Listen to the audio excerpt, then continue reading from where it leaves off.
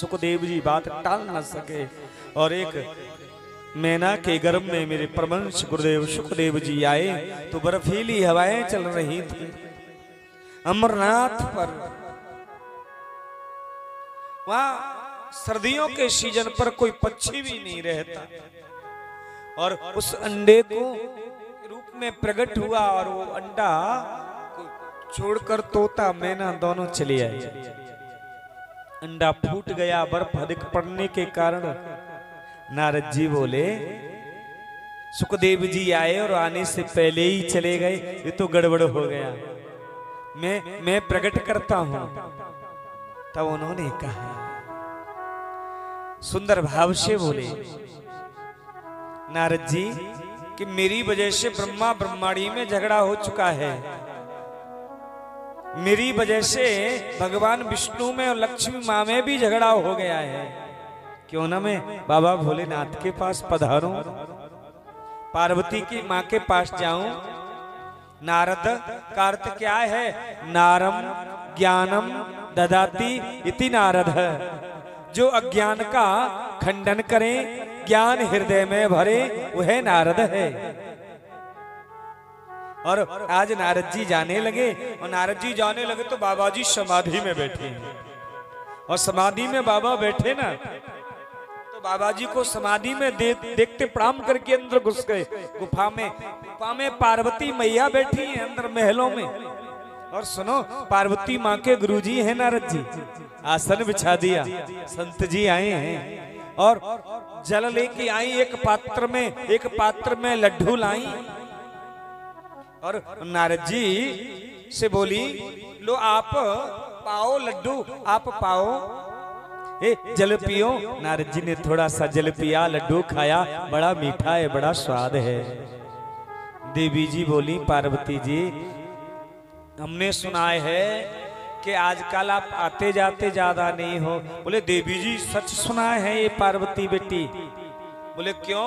बोले आजकल ना लोग बनावटी प्रेम करते हैं, लोगों के दिखावा बहुत है।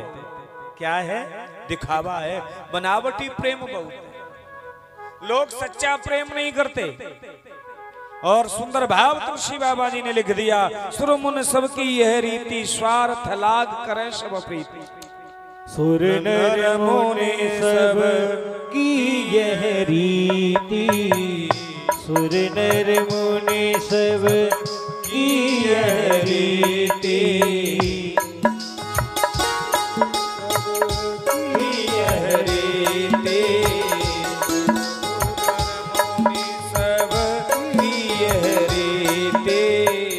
स्वार्थ लाग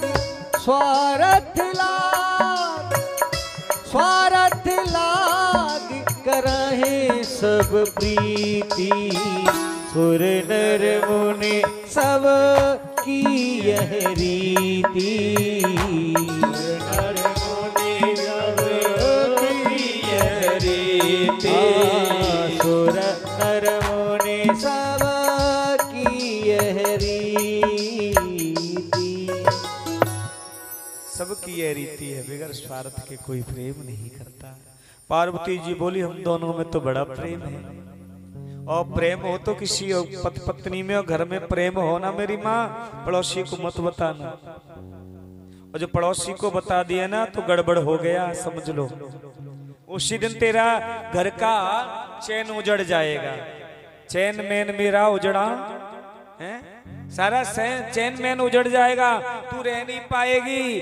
ध्यान करना, अपने प्रेम का गुणगान, अपने घर के प्रेम का गुणगान बाहर मत गाना, नहीं कोई मंत्रा जैसी देवी चल के आएगी तेरे घर में, ऐसी आग लगाएगी, धू धू धू धू कर ऐसी आग जलेगी। जो कैकेयी के नैनों में राम रहते थे, कैकेयी के साथ सदा राम रहते थे, मंत्रा के सिखाने पर अयोध्या में ऐसी आग लगी तो प्यारे कैकेयी का कोई मुंह देखना नहीं चाहता था। पूरा घर उजड़ गया, पूरा घर उजड़ गया। जो राम के बगैर रहती नहीं, राम अपनी माँ के साथ नहीं सोते, अपनी कैकेयी माँ के साथ सोते, कौशल्या के साथ नहीं। माँ कौशल्या ले जाती तो रात्रि भर रोते राम, और केकई के पास सुला के आती तो सीने से लगाती। उस केकई ने राम को वनवास दिया, एक मंत्रा के सिखाने पर। प्यारे हो, इसलिए प्रेम प्रेम प्रेम ही रहना चाहिए, पड़ोसी को भी प्रेम नहीं बताना। तो नारद जी बोले पार्वती से कहते हैं, ओ आपका प्रेम तो और बढ़ता रहे, और बढ़ता रहे। सुनो, इतना ही प्रेम नहीं है कि हमारे गुरुदेव ने जो गुरु मंत्र दिया है ना, वो किसी को बताना नहीं चाहिए। वेदों में लिखा है, गोपनीयम गोपनीयम गोपनीयम प्रेरतनम च, गुप्त रखो गुप्त रखो, गुप्त नहीं महागुप्त रखो। अच्छा, वो भी मेरे बाबा ने बता दिया। बोले अच्छा, बोले हाँ। सुंदर भाव प्रकट हुआ। सुनो हे मेरी माँ, और सुनो, सपने में भगवान आए, पूजा में भगवान आए, बताना नहीं चाहिए। पर मेरे पतिदेव समाधि में बैठते हैं और आके कहते हैं, आज राम जी स्वरूप में आए, आज कान्हा जी स्वरूप में आए, सब कुछ बता देते हैं। बाबा नारद जी बोले तो आपका प्रेम और बढ़ता रहे, और बढ़ता रहे। एक बात बताओ देवी जी। बोले क्या? कि आपके पति के गले में जो मुंडों की माला पड़ी है? बोले हाँ। पार्वती बोली जी हाँ जी। तो उसमें गले में जो मुंड लगे हैं ना, सिर, वो किसके हैं? बताया? बोले तो कभी नहीं बताया मुझे। तो तुम सिखा के प्रेम करते हैं, जिसको हृदय से लगा के घूमते हैं, जिसको हृदय से लगा के डोलते हैं, और उसके बारे में ही नहीं आपको बताया। अब तो पार्वती जी समझ गई, कुछ प्रेम नहीं करते।